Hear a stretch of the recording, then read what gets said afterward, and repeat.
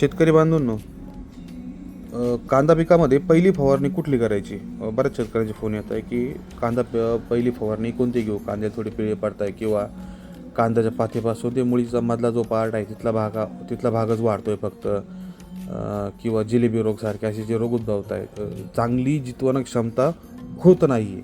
तर यासाठी स्प्रेमधून आपण काय करू शकतो? बरोबर, तर हे बघा, आपण रोपाला पण याचा वापर केला होता, ओरोमेट 20.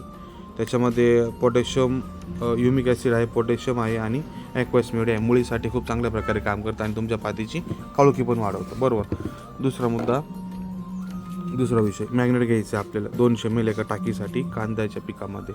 पहिल्या फवारणीमध्येच मॅग्नेट का घ्यायचं की जे तुमची जिलेबी रोग जो वाढतोय आणि तुमच्या पिळा जो पडतोय, लावलेल्या कांद्याला पिळा पडतोय, तर त्यासाठी आपल्याला मॅग्नेट हे फवारायचे कोरोमंडलचं 200 ml प्रति टाकीसाठी, 200 लिटर पाण्यासाठी. त्यानंतर घ्यायचं मव्यासाठी. बऱ्याच ठिकाणी आता ऊन बऱ्यापैकी पडलं, तर मव्यासाठी आपल्याला क्लोरोपायरिफॉस 50% आणि सायपरमेथ्रिन 5% हा घटक असलेलं कीटकनाशक तुम्हाला घ्यायचे.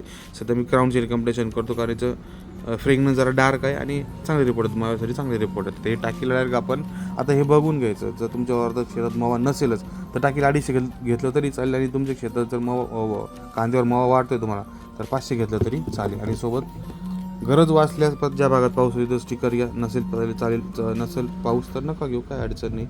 अशा प्रकारे ही कांद्याची पहिली फवारणी. बरोबर, कांद्या पिकामधली पहिली फवारणी. कांदा पिकाबद्दल आपल्या ज्या काही अडचणी असतील त्या तुम्ही फोन करून किंवा व्हॉट्सअपवर विचारू शकता. व्हॉट्सअपचा नंबर आहे माझा 7588 04 069. धन्यवाद.